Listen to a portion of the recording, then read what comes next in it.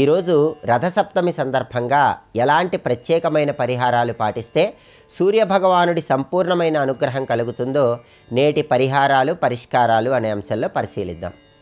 ప్రధానంగా రథసప్తమి రోజు స్నానానికి చాలా ప్రాధాన్యత ఉంది. ఎందుకంటే రథసప్తమి రోజు చేసే ప్రత్యేకమైన స్నానం 7 జన్మల పాపాలు, 7 జన్మల దారిద్ర్య బాధలు, 7 జన్మల దోషాలు పోగొడుతుందని ధర్మసింధు, నిర్ణయ సింధు, చతుర్వర్గ చింతామణి, పురుషార్థ చంద్రిక అనే ప్రామాణిక గ్రంథాల్లో చెప్పారు. కాబట్టి ఈరోజు ప్రత్యేకమైన విధి విధానాలతో స్నానం చేయాలి. స్నానం ఎలా చేయాలంటే సూర్యభగవానుడికి ప్రీతిపాత్రమైనవి జిల్లేడాకులు, సూర్యుడికి ప్రియమైనవి రేగి పండ్లు.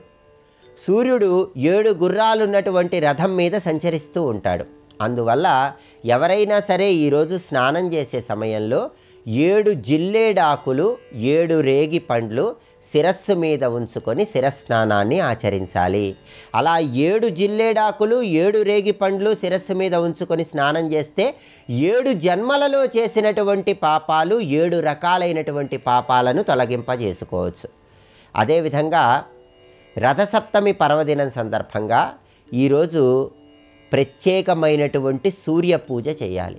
ఆ సూర్య పూజ ఎలా చేయాలంటే మీ గృహంలో సూర్యకిరణాలు పడేటటువంటి ప్రాంతంలో చిక్కుడు పువ్వులు, చిక్కుడు ఆకులు, చిక్కుడు కాయలు, రకరకాలైనటువంటి పుష్పాలు వీటన్నిటినీ సేకరించుకొని ఒక మండపంలాగా ఏర్పాటు చేసుకోవాలి.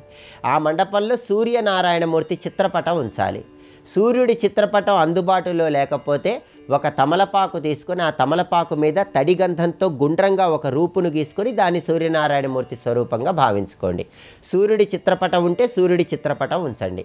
సూర్యుడి చిత్రపటానికి ఎరుపు రంగు పుష్పాలతో పూజ చేస్తూ ఓం సవిత్రే నమః అనే మంత్రాన్ని 21 సార్లు పఠించండి. ఆ తర్వాత సూర్యుడి ప్రీతి కోసం ఆవు పాలతో పొంగలి చేసి చిక్కుడు ఆకులో ఆ పొంగలిని సూర్యుడికి నైవేద్యంగా సమర్పించాలి. చిక్కుడు ఆకులో సమర్పించినటువంటి నైవేద్యాన్ని కుటుంబంలో సభ్యులందరూ ప్రసాదంగా స్వీకరించాలి. దీనివల్ల సూర్యుడి సంపూర్ణమైన అనుగ్రహం కలుగుతుంది. అలాగే చీపురు పుల్లలు తీసుకొని వాటిని రథం ఆకారం వచ్చే విధంగా సూర్యుడి పూజ దగ్గర ఉంచడం ద్వారా సూర్యుడి అనుగ్రహానికి పాత్రలు కావచ్చు.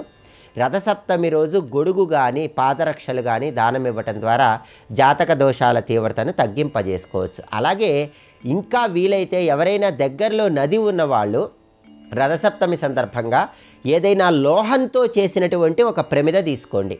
ఒక వెండి ప్రమిద కానీ, మట్టి ప్రమిద కానీ, రాగి ప్రమిద కానీ, ఇత్తడి ప్రమిద కానీ, లోహంతో చేసినటువంటి ప్రమిద తీసుకొని ఆ ప్రమిదలో నువ్వుల నూనె కానీ, ఆముదం కానీ, విప్ప నూనె కానీ ఏదైనా పోసి దీపాన్ని వెలిగించి ఆ దీపాన్ని శిరస్సు మీద ఉంచుకొని దగ్గరలో ఉన్నటువంటి నది దగ్గరకు వెళ్ళి నదిలో ఆ దీపాన్ని విడిచిపెట్టేసేయండి.